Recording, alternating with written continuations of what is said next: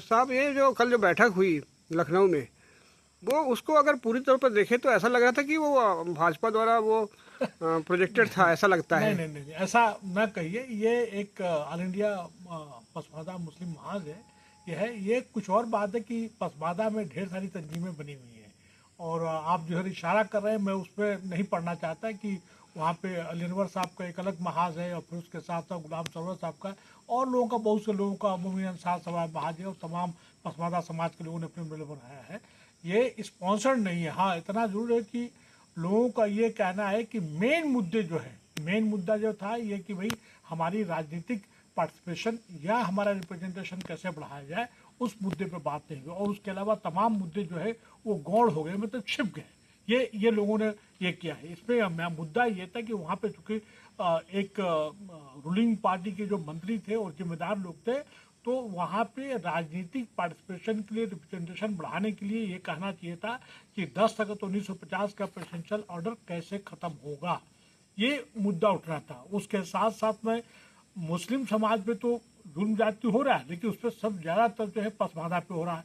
जैसे SIR का मामला है, तो इस पे जो लोगों को बात करना चाहिए। काउ प्रोटेक्शन को लेके, गाय को लेके, गोकशी को लेके, इस पे मुसलमानों पर ज्यादती हो रहा है, उसमें पसमादा जा भाई वो कौन करता है? अंडा की बिक्री कौन करता है? मुर्गी की बिक्री कौन करता है? और गाय के मतलब ये जो है मीट की उसमें प्रोफेशन में कौन है? कसाई समाज के लोग हैं। तो ये एक बहुत बड़ा मुद्दा था जिसको कि इस पर किसी ने बात नहीं किया। दूसरा रिप्रेजेंटेशन, जो सियासी रिप्रेजेंटेशन, जो बात बताना चाहता हूँ मैं, अगला 227 में देखा जाए तो लोकल बॉडी का चुनाव होने वाला है। ये शायद इसी साल नवंबर में चुनाव होगा।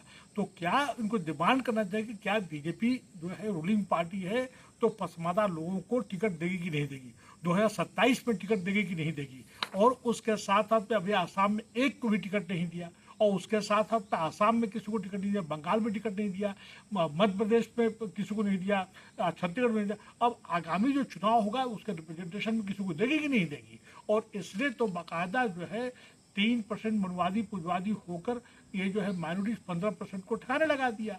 और इसमें से माइनॉरिटी में जो है अल्पसंख्यक में देखा जाए तो 90% तो पसमादा के लोग हैं। तो सबसे ज़्यादा नुकसान इसका हो रहा है। ये मेरा कहना है। अच्छा, जो आपका सवाल है कि साहब इस पे जो मेन मुद्दे थे नहीं उठ पाए, वो बिल्कुल बात सही करें। यहाँ पे मेन मुद्दा इनको ये करना चाहिए था कि साहब हमारा राजनीतिक पार्टिसिपेशन कैसे होगा। और वहाँ के मंत्री आए थे तो तमाम अपने मसले मसाइल को लाकर रखना चाहिए था। आप वहाँ पे उनकी स्पीच अगर देखेंगे या जो राइटअप आया है उसमें दिखाया गया है कि साहब जो है हमारे माननीय मुख्यमंत्री ने ये काम किया, हमारे प्रधानमंत्री ने ये काम किया, उसके बावजूद भी हमारे साथ जुल्म जाति बढ़ रहा है। तो भाई इस पे तो उनको एक्सपोज करना चाहिए था। तो और इसमें उसके क्या आपको क्या लगता है कि हर जगह आरएसएस की घुसपैठ है क्या?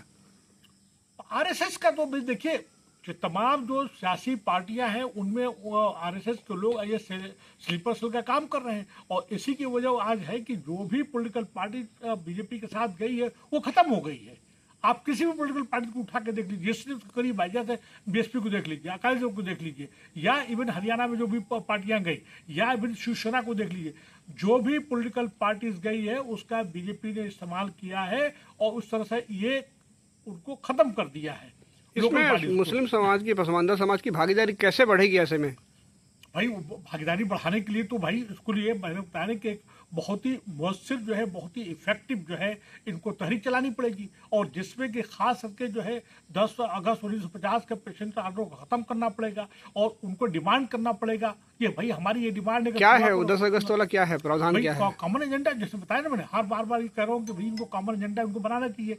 तमाम पसमादा जो जातियाँ के लोग हैं, जो दलित मुस्लिम है, OBC मुस्लिम है, या जो उसके साथ साथ में जो भी दलित है, इनका कॉमन एजेंडा होना चाहिए। और हर पॉलिटिकल पार्टी के सामने अपनी बात को रखना चाहिए। अगर ये होगा तो हम तुम्हारा साथ देंगे, और नहीं होगा तो हम नहीं साथ देंगे।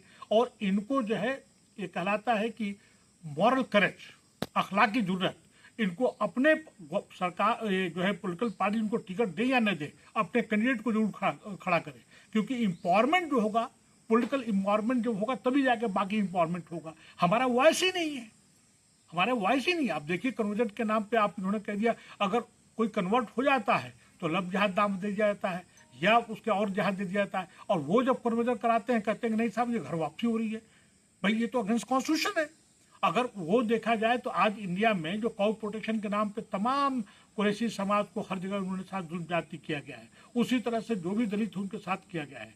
तो इसके लिए उनको आवाज़ बुलंद करनी पड़ेगी और जितने भी मसले मसाइल हैं, चाहे SIR का मामला हो, चाहे कॉर्पोरेशन का मामला हो, चाहे बुलडोजर कल्चर हो, ये तमाम जो है देखा जाए तो जो दलित मुस्लिम OBC मुस्लिम हो रहा है और पॉलिटिकल रिप्रेजेंटेशन जो डिमांड है उनके सामने रखना चाहिए था, ये मेरा कहना है। और हम उसमें जो बाकी आपका सवाल है कि इनका 2 ग्रुप है स्पॉन्सर, देखिए इसमें मैं पढ़ना नहीं चाहता है, ये सवाल जो है जो ऑर्गेनाइजर है उनसे बात करने चाहिए। मैं तो आपके सामने ये रख रहा हूँ कि ये बहुत अच्छा कदम है और इससे काफ़ी जो है सियासी जागरूकता या सियासी अवेयरनेस और उसके साथ साथ में समाजी अवेयरनेस आएगी और एक तरह से पसमादा में एकजुटता भी आएगी। आपका बहुत बहुत धन्यवाद। Thank you very much.